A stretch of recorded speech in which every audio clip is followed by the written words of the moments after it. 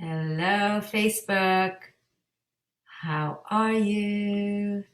I'm here with my viral wisdom, day number 58. I am so happy to be connecting with you, to say hello to you. So check in with me, tell me where you're from, if you can hear me okay. I'm just going to wait for the comments to come up um, and just make sure that you can hear. Hi, guys. Is the sound okay? Because there's been trouble with Zoom. Just want to make sure. Hi, guys. Tell me where you're signing in from. Hi, Neha from India, Canada. Hi, guys. Okay, I'm happy you can hear me. That's fabulous. So let me just say hello to Instagram as well. So today is my viral wisdom that I do now only on Sundays, once a week, and it's day number 58. So happy that I get to connect with you and share some feedback, some insights from all the talks I give and from all the clients I meet and my own awareness and my own growth. So I'm so happy that you allow me to share this space with you. Hi, guys. I see you all signing in. Thank you for joining me. I'm happy to be here. So, here we are again, still in a strange time. Strange because it is still unknown to us, strange because it is unfamiliar. And in these times, we are called more than ever to constantly transform. Life is always asking us to transform constantly, but because we have the illusion of predictability and the illusion of structure, we think we don't have the mandate to transform. But when our predictability gets snatched from us, it seems, abducted from us, it appears, as it is doing now with this thing called the pandemic, we are shown very fiercely and boldly, brutally, that transformation is the only way out. Adaptation, transformation. But again, let me remind you, this was always the case. But we disguised this mandate through the illusion of structure, predictability, thinking we had control, thinking we knew our future. So we resisted this mandate to constantly iterate, to constantly transform. But when the mandate is now snatched and taken away from our wound, leaving the wound exposed, now we are left with ourselves. The external is not a cushion, a blanket, a salve, a soothsayer. The external is gone. You're peering out, looking for your external crutches, and they are just not there. Citadels have toppled, fortresses have crumbled, institutions have betrayed us. So we are now left with the wound of the self, the untended self, the unhealed self, the wound of the raw self without the external dependencies, without the external addictions. And we are going, holy shit, I don't know how to heal myself. I don't know how to be with myself. I don't know what this looks like. I need my addictions. I need my substances. I need what I have always relied on, the busyness, the doing, the attachments, the spending, the overspending, the over worrying about the future. So now it's gone. And in its place is new stuff, but different stuff. And you're like, I don't like this stuff. Yet we see that transformation is the only way forward. So what are we transforming? We're transforming the old to the new. What does that mean? We are letting go. In order for transformation to occur, we have to let go of the old and bring in the new. Now, this letting go is where we have a problem. We are attached not only to the things, we're attached to the way time was, we are attached to the way the future was, we are attached to who we were. On top of that, we're attached to the security that that brings. So not only the actuals, but then the emotional component of those we are attached to.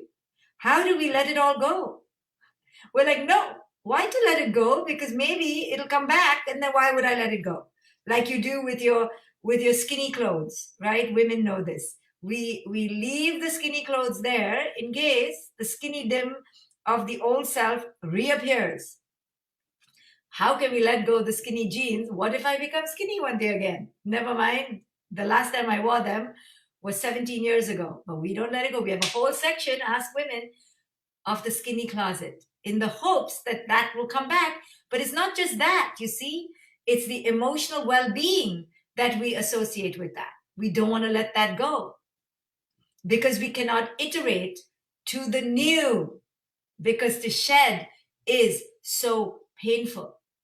To let go, demolish the old is terrifying. And this is why, if you're having a hard time in the pandemic, this is why, right? In any spiritual, emotional process, the reason why we suffer is because of only one thing. We're attached. Another way to say it is we're resisting the isness. Why? Because we're attached. Any problem in life which is causing suffering is due to only this. And this is, I wish could be my wisdom, but it isn't. It's the wisdom of the Buddha. The Buddha got it clearly distilled simply. The reason we suffer is because we're attached. And because we're attached to what was, what should be, our beliefs, our ideology, as I talked about last time, because of that, we resist. And what do we resist? Life in the now. We resist life in the now. The now is happening wave upon wave, experiences upon experiences. But we're missing it all because we're like, no, no, no, don't like it. Swipe, swipe, swipe, delete, delete, delete. But you can delete inbox emails and you can delete people. You can't delete life, right? Life is. And the more we resist it, the more suffering and pain we have. Entering the now and understanding that a new you needs to show up in the new now is the epiphany and the most profound challenge. So, how to grieve? There's grieving. We must grieve, but we must grieve. We can't cling. You see, we're not even entering the tunnel to then enter the birth canal because we're like, just in case it all comes back. But you don't understand, it'll never come back the same way. It's gone, it's finished. And I hate to break it to you, even when it comes back, it will not be the same. It shouldn't be the same. It can't be the same. Even in the past, when you thought it was the same, it was never the same. You just were hidden, or it was hidden behind the veils of sameness. So the veils of sameness make you feel that things are constant, things are safe, things are predictable. And then when the veil drops or gets lifted, whichever way you want to look at it, or gets snatched, pulled back, you think there's been a betrayal. You think it's a tragedy. You think there's something amiss, awry, detrimental, dysfunctional. No, it was always changing. It was just doing it more nuanced. And then there's a big one, and then there's nuance, and there's a big one. But whenever there's a big one, we act as if this came from nowhere. We didn't pay attention to the nuances. There were changes every single day, death occurring, 50 trillion cells living and dying in us every single day. But we're not attuned to that because we're only paying attention to the big, the big, the big, the form, the quantifiable, the check marks, things that we can see, touch, hear, feel, but not the nuances beneath that. And because we miss the nuances, then any change, there are always small, big changes occurring, but the big ones feel traumatic because we're like, where did this come? Right? I see this in relationships all the time. when one will say, and then he changed, and then she changed, then I caught him cheating, then I caught him gambling. I'm like, oh, yes, I know it feels like that because we weren't paying attention to the little signs that were very, very clear, because it's so hard to see things as they are. We only will see things as they are when it slaps us in the face. Then we're like, oh, and then we're all upset and betrayed and going, oh, how did life is so difficult. I'm so unlucky. Bloody pandemic. It's not that. There were causes and effects all building. But we're like, no. So now, without the external comforts, we are forced to do several things in the transformation process. If we wish to enter the birth canal, we haven't even entered the dark tunnel to even get to the birth canal, okay? We're clinging to the uterus, okay? The child needs to be bloody born, but the child is clinging, okay? And therefore you have intense labor pains, so much so you're bedridden and paralyzed, to use the same analogy. You want to be bedridden and paralyzed? Okay, let the baby, the infant, whatever it's, the fetus, cling to the uterus. We got to push. We got to start the labor pains. And part of the labor pains, the first part, is the letting go. Stop clinging to the fetus. The fetus needs to be born. The new needs to come. So we're clinging, not letting go. This is the first problem, attached.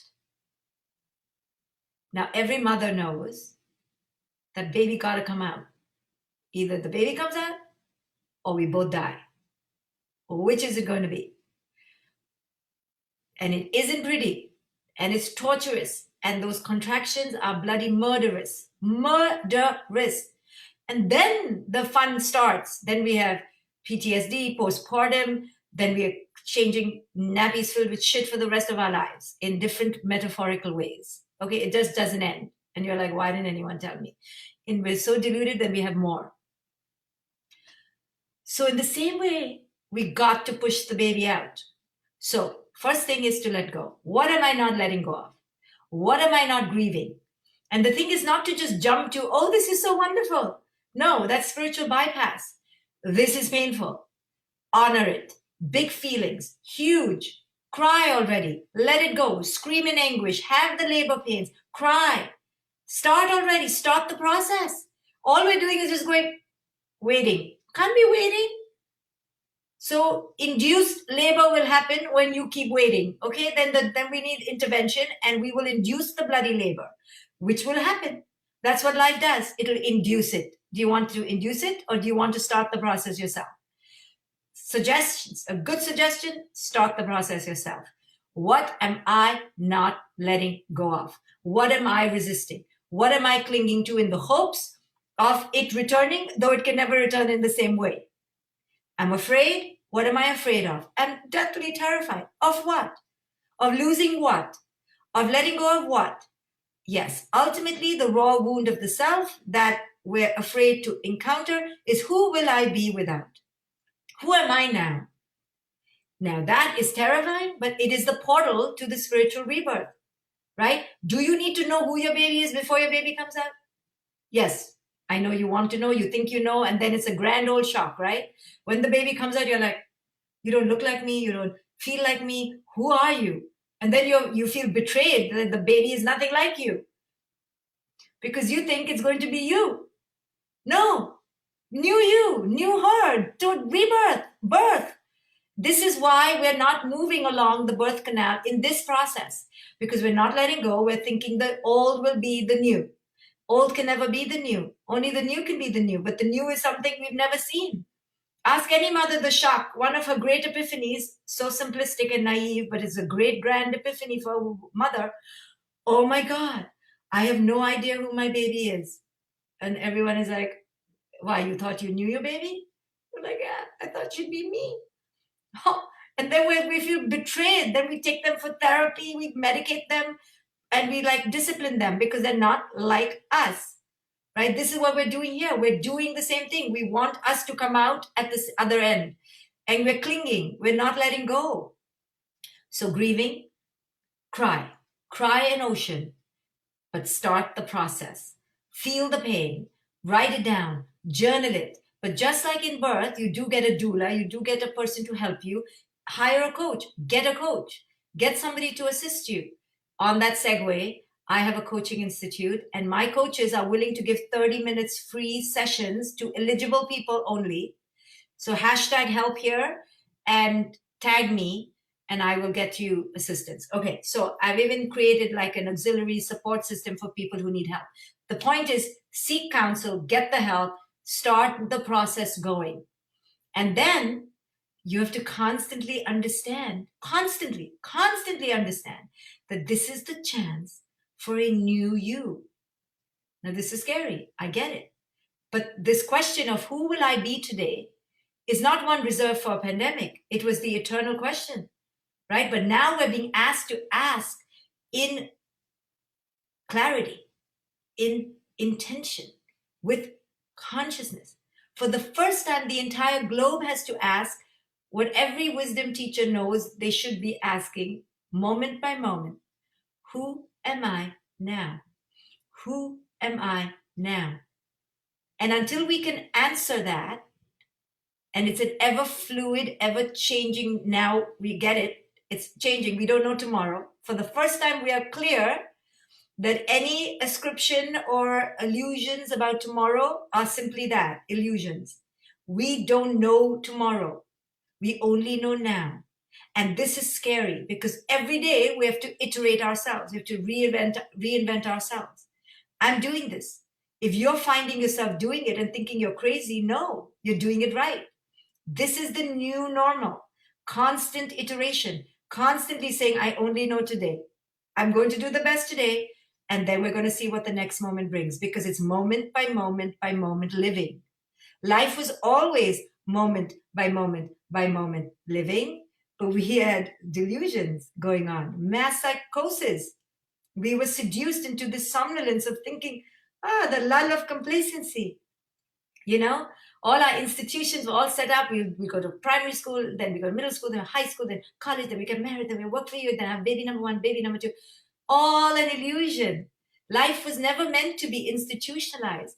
Life was always meant to be lived moment by moment. It's freaking terrifying. Yes, yes. But courage is not the abnegation of fear. Courage is not the absence of fear. Courage is its transcendence, right? Courage is in spite of fear.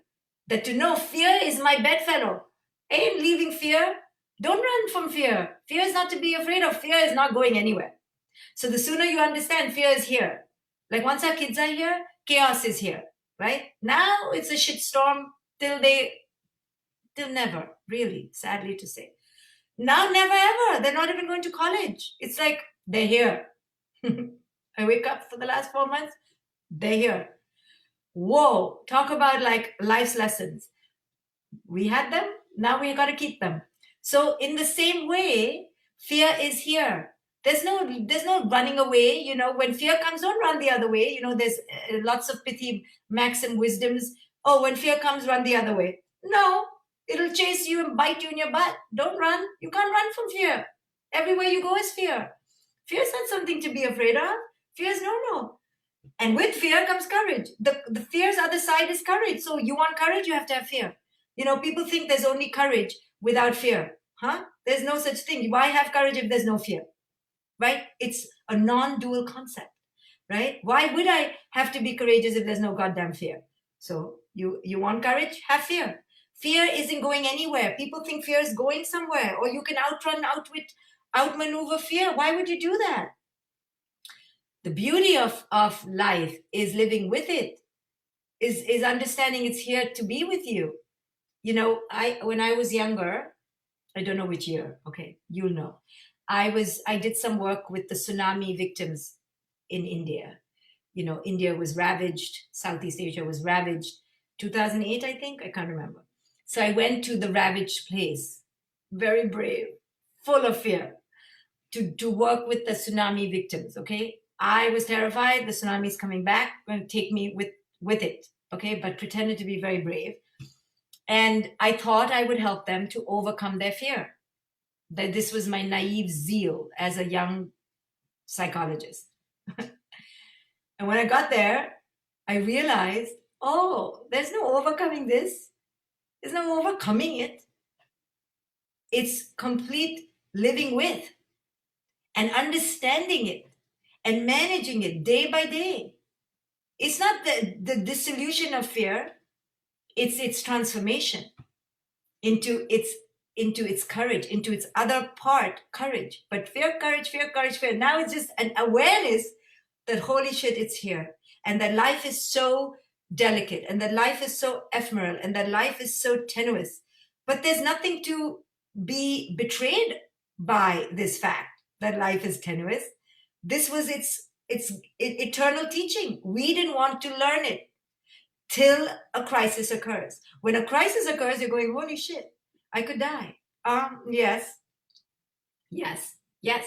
So now we can outwit this fact that you can die. We can outrun or outmaneuver, outtrick this fact. It is a constant bedfellow. It's a constant companion. It's sitting right here. Your death is right here, so to speak. So thinking that you are without it is your illusion, is our illusion, our global mass delusion. Now, if you're awake and aware, you're like, oh, it's been here all along. Hello. Hello, death. Hello, fear. Now, who am I with you? You've always been there. I just pretended you weren't because I could Botox, I could dye my hair, pretend I'm going to live forever, go and make myself busy night and day. Never had to sit with myself. Now I have to sit with you in the house all the time, face you in the mirror. Now what? Right? So now the what is in the now, right? We shift the now what to what is in the now. What is in the now is a new you, is the next you. And the next you is the one who shows up. That's all that is being asked from you. Not to be a Mahatma Gandhi, not to be a Mother Teresa, Nelson Mandela. No, it's to show up as you. And for the first time, perhaps, without pretense, without a mask, without guile, without a disguise. Show up, but show up fully. Show up present. It can only occur, though, through the letting go, through the grieving and the entrance willingly in the tunnel. To know that the tunnel is changing into a birth canal, right? You're coming down the uterus, whatever the body part is, and then there's the birth canal.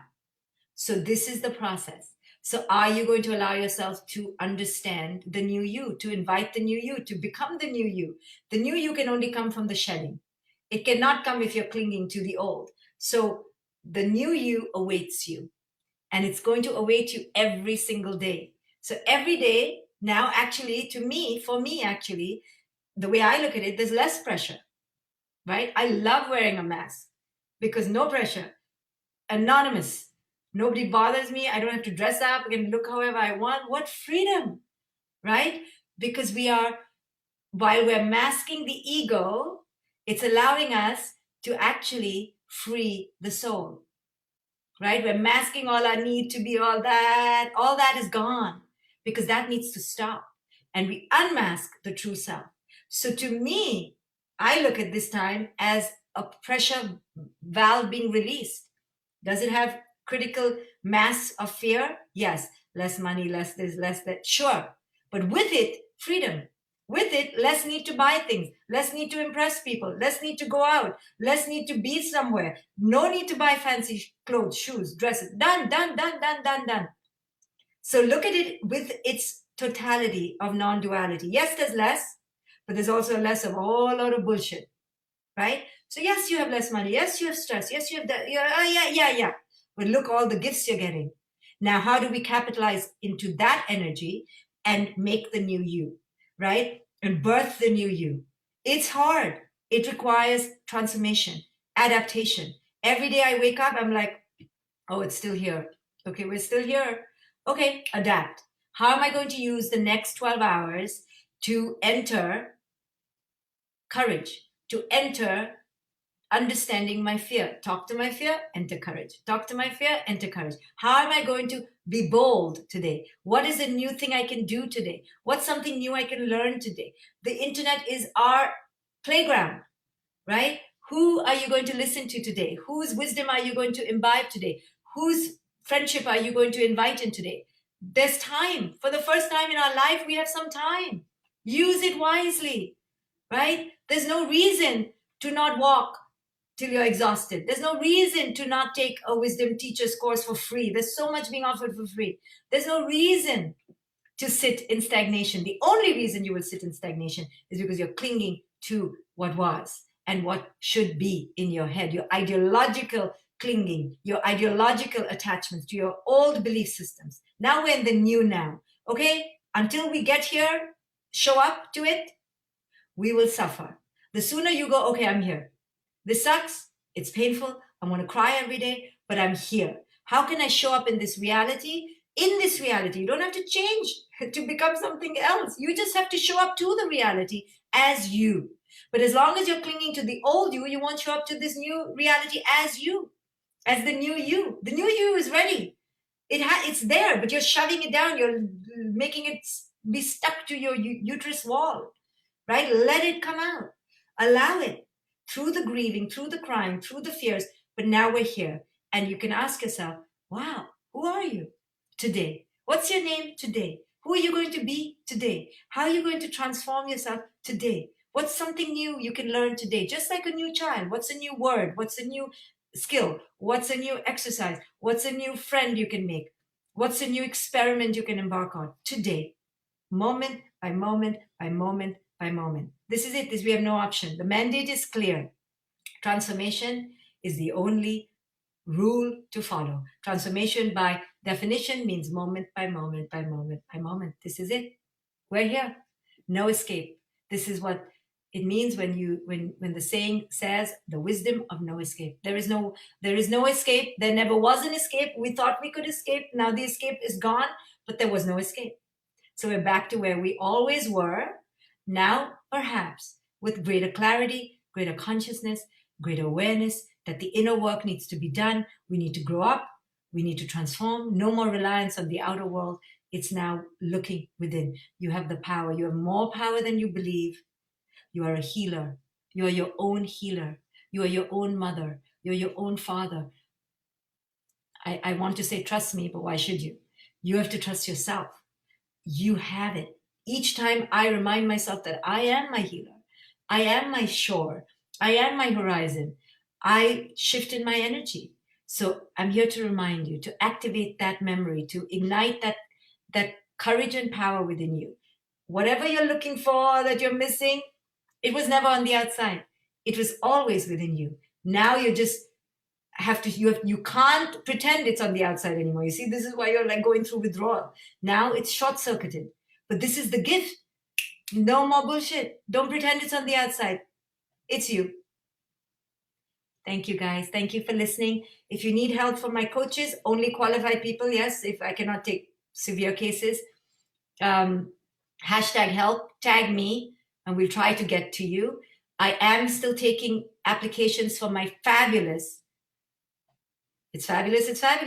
coaching institute, where I train people online to become conscious parenting coaches with the messages that I transmit. And if you're interested, if you want to transform, you want to help humanity, you want a new path, you want a new purpose, you want something to do at home, otherwise you're going to go start raving crazy, then look up my institute. It's on my website, drshefali.com. I'm taking applications for another 6 days only. You have to apply. If you have a passion, if you show me that you want to help, that's the only qualification. You show me that you're not too crazy. That's the only qualification you need. Cohort number 4 starts in September. We're getting applications. We're reading applications. We're so excited. It's going to be a fabulous new cohort. So if you're looking for purpose and passion, join us. If you need help, #help, one of my graduates from my coaching institute will connect with you. Okay, guys, see you next week, I think. Bye. Thank you for listening, guys.